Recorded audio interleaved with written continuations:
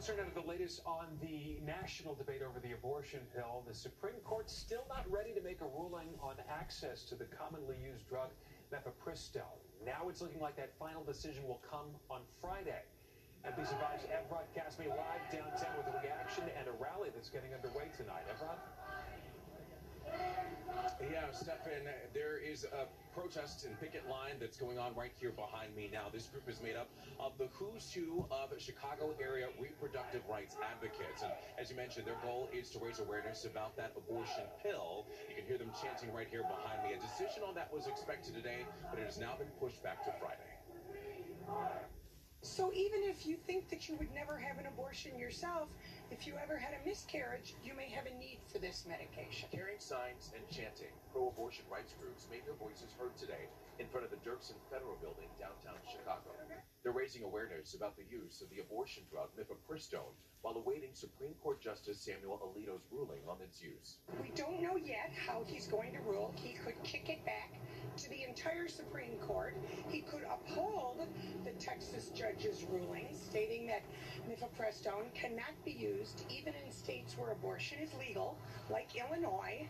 Mifepristone is an abortion medication used in 53% of all facility-based abortions in the United States. A Texas judge banned the drug, but Supreme Court Justice Alito issued a 7-day stay on the ruling, with his decision first expected by no later than 10:59 tonight, then extended to Friday. I would really like to see our laws reflect this most recent scientific knowledge, and also in the best interest of the majority of people here in the United States. We hope that they'll make a ruling and that they'll stand with the Texas judge. For anti-abortion groups like Illinois Right to Life, banning the use of the drug would have a significant impact on the number of abortions in our country. A ruling like this would potentially cut abortions in half in the state of Illinois. And while this group here continues to make their voice heard, we mentioned that Justice Alito has now decided to make that decision as early as Friday. Of course, we'll keep you posted once a decision is made.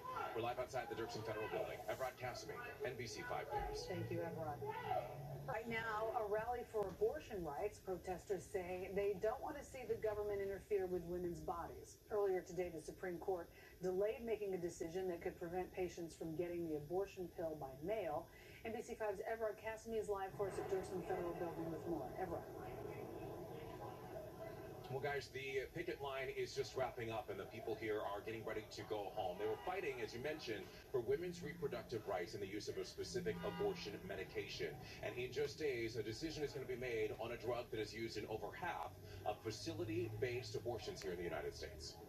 Abortion is a human right! Kathleen Gutekunst with Chicago for Abortion Rights joined what they're calling the who's who of area reproductive rights as they formed a picket line outside the Dirksen Federal Building today.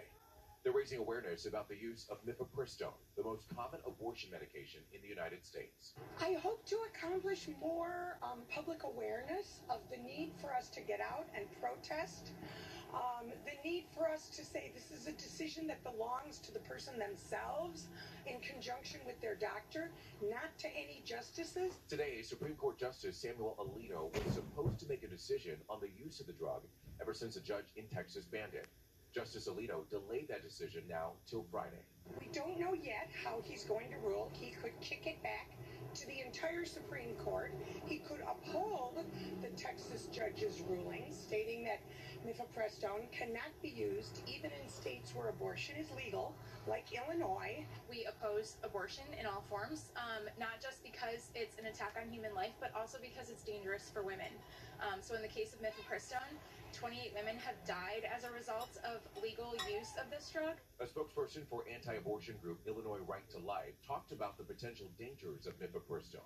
They want the FDA to take a closer look at the use of the drug, and they're awaiting the justice's now Friday decision. We would love to see them make that ruling. Obviously, they made a certain ruling with Dobbs that overturned Roe, so we hope that they would lean in that same direction. And again, Justice Alito pushing that decision deadline to Friday. Of course, we'll keep you posted once a decision is made. We're live outside the Dirksen Federal Building. Evrod Kasmi, NBC 5 News. It's going to be a huge story this week. Evrod, thank you very much. Thank you.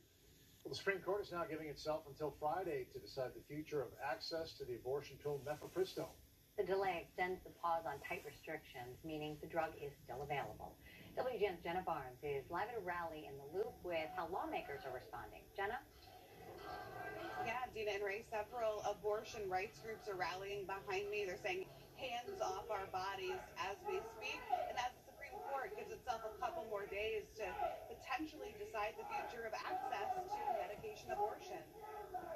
Supreme Court Justice Samuel Alito temporarily extended access to the abortion pill, mifepristone, giving his fellow justices a new Friday night deadline to decide whether to allow lower courts' restrictions on the drug to take effect. And we are going to continue to fight.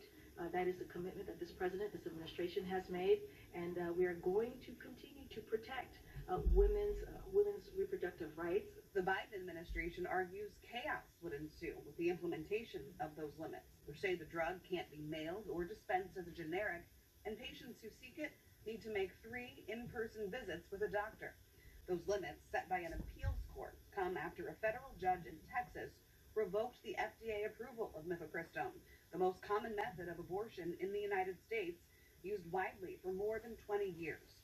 The case quickly made its way to the Supreme Court, and now Democrats and Republicans on Capitol Hill are waiting to see where the justices fall. To do anything other than stay out of the FDA's review about what's safe and effective, in my view, is wrong, legally and morally. If you look at Kansas, which is pretty much a red state, they voted for abortion. And so you don't know how it's going to work, but let the people vote on their futures. These groups behind me say they believe this mifepristone case is part of a larger effort to limit access to abortion nationwide. We will have much more from them coming up at 6. For now, we're live in the Loop. Jenna Barnes, WGN News. Abortion rights activists rally in Chicago as the Supreme Court delays a decision involving access to the most common abortion pill. Themselves until Friday to decide the future of the most common method of abortion in this country. WGN's Jenna Barnes live at a rally in the Loop with more details now. Jenna? Ray and Dina, this rally just wrapping up. The Supreme Court did not say why it's delayed its decision, but abortion rights advocates aren't wasting any time raising their concerns. Abortion rights advocates rallying ahead of a Supreme Court decision that could have nationwide ramifications. It will impact people here in Illinois, even though abortion is legal. Supreme Court Justice Samuel Alito temporarily extended access to the abortion pill, mifepristone, giving his fellow justices a new Friday night deadline to decide whether to allow lower courts' restrictions on the drug to take effect. And we are going to continue to fight. That is the commitment that this president, this administration has made, and we are going to continue to protect women's reproductive rights. The Biden administration argues chaos would ensue with the implementation of those limits. They say the drug can't be mailed or dispensed as a generic, and patients who seek it need to make 3 in-person visits with a doctor. Those limits, set by an appeals court, come after a federal judge in Texas revoked the FDA approval of mifepristone, the most common method of abortion in the United States, used widely for more than 20 years. The case quickly made its way to the Supreme Court, and now Democrats and Republicans on Capitol Hill are waiting to see where the justices fall. To do anything other than stay out of the FDA's review about what's safe and effective, in my view, is wrong, legally and morally. If you look at Kansas, which is pretty much a red state, they voted for abortion. And so you don't know how it's going to work, but let the people vote on their futures.